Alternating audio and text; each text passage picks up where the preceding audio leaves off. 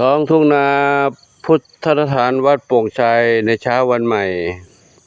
ท้องฟ้าสดใสดวงอาทิตย์ส่องแสงขึ้นมาสู่ขอบฟ้าทำให้ดูบรรยากาศสดใส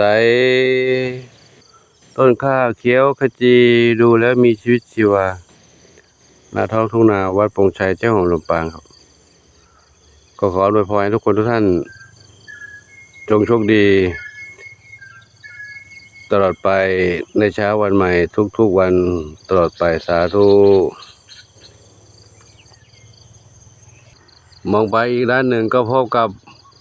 บรรยากาศบนยอดดอยยอดเขามีหมอกลงดูแล้วสวยงามเป็นธรรมชาติที่สดใสเห็นแล้วชื่นใจอากาศดีๆที่ภาคเหนือของเรานะครับในทุกๆเช้าในหน้าหนาวนี้ก็ขอเชิญทุกท่านเนาะถ้ามีโอกาสขึ้นมาทางเหนือก็เชิญแวะได้ณพุทธสถานวัดโป่งชัยบริเวณนี้มีธรรมชาติที่สวยงามให้ขึ้นเข้าชมมากมายเนาะบนยอดดอยฝั่งโน้นที่ไม่เห็นภูเขาตรงโน้นอันนั้นยอดตรงนี้นะมุมซ้ายด้านล่างที่เห็นในกล้องนี้คือดอยม่อนหินไหลขึ้นไปพักแรมบนนั้นได้พักตากอากาศเอาเต็นท์ไปนอนบนนั้นได้ดอยม่อนหินไหลด้านขวาทางโน้นขวามุมกล้องขวามุมกล้องขวาด้านล่างเป็นดอยพระพุทธบาทวัดพระพุทธบาทสุทธาวาสนะเข้าไปค้นหาดูใน Google ได้เนาะทั้งม่อนหินไหลและพุทธบาทสุทธาวาสแต่มาอีกจุดหนึ่งด้านนู้นที่ภูเขาสูงตอนนี้อยู่มุมซ้ายกล้องอันนั้นคือดอยม่อนกองข้าวก็มีพระธาตุเจดีย์อยู่บนนั้นแล้วก็ด้านล่างไปถัดอีกลูกหนึ่งภูเขาอีกลูกหนึ่งด้านล่างมุมกล้องซ้ายเหมือนกันนั่นคือเป็นถ้ำสวยงามต้นชื่อว่าถ้ำห้วยต้นพึ่งที่ได้จะมีต้นไม้มีพึ่งทำรังอยู่เป็นร้อยหลังบนต้นพึ่งนะครับต้นพึ่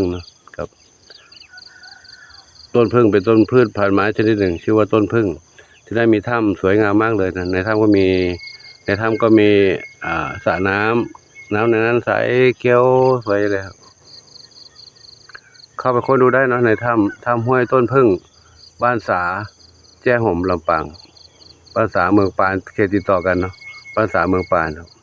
ถ้ำห้วยต้นพึ่งบ้านสาแจ้ห่มเมืองปานเข้าไปจะเห็นถ้ำยังสวยงามไปค้นดูใน YouTube นะช่องเนี้ยช่องแอลเหนือกันเจ้านี่แหละหลวงปู่ถ่ายทำไว้เมื่อปีที่แล้วนะครับเข้าไปดูได้เนาะนอกจากนี้ก็ยังมีดอยฟ้างามมีพระพุทธบาท400ห้วยรูดอยู่ด้านทางโน้นเนาะตอนนี้มีหมอกบางมองไม่เห็นก็ที่นี่มีสถานที่ให้มาชมธรรมชาติชมวัดสวยๆงามๆเยอะเนาะสามารถมาพักแรมที่นี่ได้เนาะมาปรากฏใช้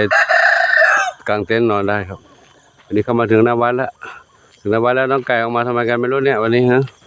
เมื่อคืนมีฝนตกก็ไก่ออกมาทำไมกันสงสัยจะมีข้างในจะมีไก่มากวน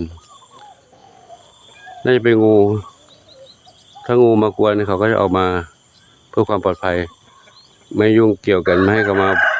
มาทำร้ายเราได้เนาะก็ไก่เข้ามาในบ้านเร็วเข้ามาเลยก็ไก่เข้ามาในบ้านกันแล้วยังเข้ามาในวัดเลยเด้อเดี๋ยวลองปูแป๊บนึงลองปูไปดูแมวกันเนาะดูแมวในบ้านก่อนมาตามมากันเลยมาตามมาก็ได้มาเลยเดี๋ยวให้อาหารตัวนี้ลูกให้อาหารตัวนี้เด้ออันนี้ก็วัดก็ลกแล้วไม่ค่อยได้อยู่วัดเลยไม่ได้ทำเกี่ยวกับทำความสะอาดใบไม้ร่วงลงมานะฝนตกลงมาก็มีใบไม้ร่วงเริ่มเลอะออกมาเยอะ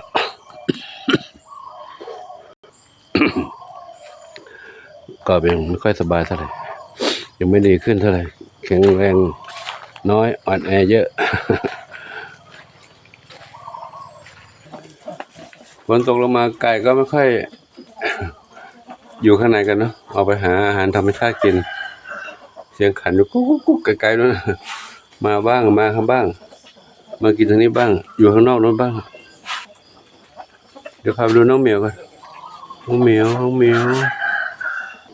เข้ามาข้างในพบกับทองเล็กก่อนเลยทองเล็กแว่นน้องแว่นสีแว่นใช่ไหมน้องสีลูกสีลูกสี่ทับทวีจับจุลีบุญชัยจินตลาบุญสมส้มขาวใหญ่นี่ใครทองอะไรทองใหญ่วันนี้เหรอทองใหญ่เพชรดำน้อยทองใหญ่เพชรดำน้อยแค่นอนอยู่ข้างบนยังไม่ลุกมาเจนวรัตน์ไม่เดินตามจินตลาแล้วเหรออยู่คนเดียวนอนอยู่ นอนอยู่คนเดียวเหรอนอนอยู่คนเดียวมาอ๋อบุญจินตลาอยู่นี่จินตลาบุญชัยอยู่นี่จินตลาบุญชัยใครเข้าไปในบ้านบุญชัยนะแพนด้าเขาใหญ่บุญชัยเขานอนในนั้นนะลูกที่บ้านที่นอนเขาอยู่นั่นเอามาบุญชัยไปไหนลูกเดินไปไหนปูเดินไปดูทางนี้ก่อนเนาะเดินทางนี้ก่อนโอ้ข้างในก็รกแล้วนะใบไม้ร่วงลงมาใบสักร่วง ร่วงมาเต็มเลยหลวงปู่ถ่ายเพราะกลางคืนเมื่อวานไม่เห็นแต่งู งูตัวหนึ่งไม่รู้งูอะไรงูไม่มีพิษสงสัยเข้ามาเล่นกับน้องเหมียวไล่ไปแล้วครับอยากเข้ามาเป็นเด็กวัดเล่นกับน้องเหมียวใครอยู่บนนั้นเลยชอบปากกาอยู่นั่นเนาะชอบปากกาไปดูน้องมีบุญหน่อยเต่าทองน้องมีบุญอยู่ตรงนี้เต่าทองน้องมีบุญอยู่ในกอผักบุ้งเต่าน้องมีบุญอยู่ในนี่กอผักบุ้งโผล่ออกมาแล้วโผล่หัวออกมาแล้วอยู่ในกอผักบุ้งสบายใจเลยเนาะเราไม่มีเพื่อนหลวงปู่หาเพื่อนไหมให้มาอยู่ด้วยไม่มีหาเพื่อนมาไม่มีเราคนเดียวนี่แหละอยู่ก็เล่นกับเหมียวนี่เนาะอยู่กับเหมียวนี่นะไหน เล่นอยู่กับเหมียวนี่เนาะกับกล้องหลวงปู่อาจจะภาพไม่นิ่งเลยมือสั่นสุขภาพไม่ค่อยดีมือสั่นคือกล้องสั่นทำไปด้วยพูดไปด้วยเดินไปด้วยเกิดอะไรกล้องสั่นดูภาพในกล้องหลวงปู่อาจจะเวียนหัวนิดนึง ภาพไปเร็วเกินกล้องสั่นแล้วก็ไปเร็วปุ๊บปั๊บ มีเหมียวบุญชัยเดินเล่นเลยมองเปียกน้ำนะครับก็เดี๋ยวพาไปดูน้องเหมียวเมื่อวานไม่ได้ดูน้องเหมียวเล็ก2 คู่ มาทางนี้มาเหมียวมาอาหารให้ไว้กินหมดแล้วโอ้กินกันเก่งเลย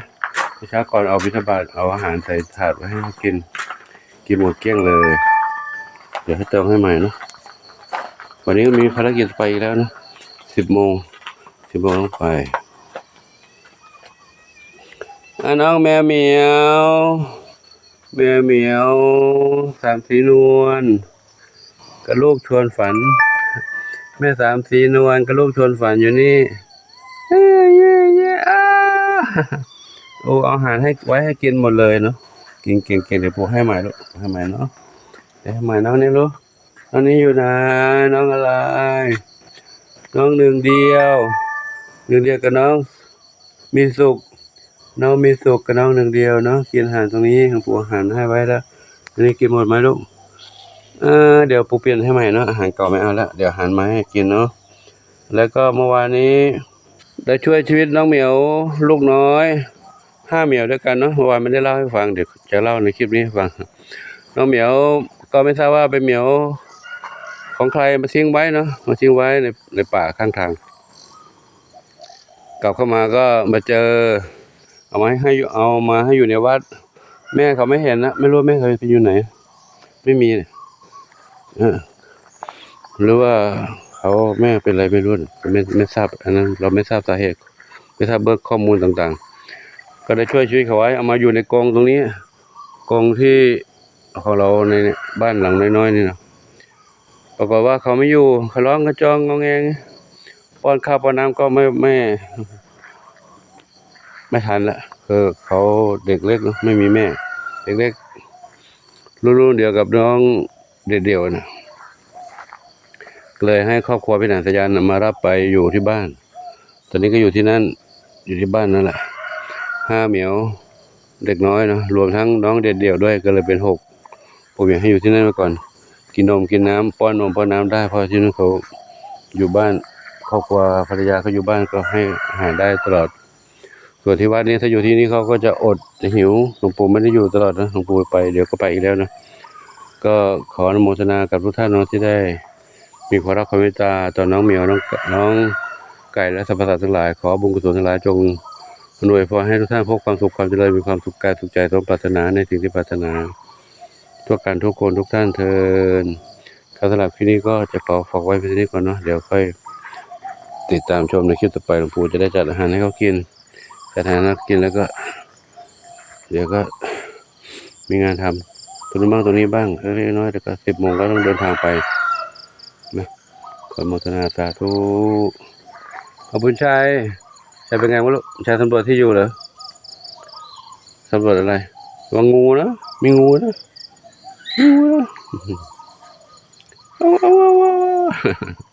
เล่นด้วยกันแหละนะครับก็ขออนุโมทนาสาธุเนาะติดตามชมคลิปต่อไปสาธุ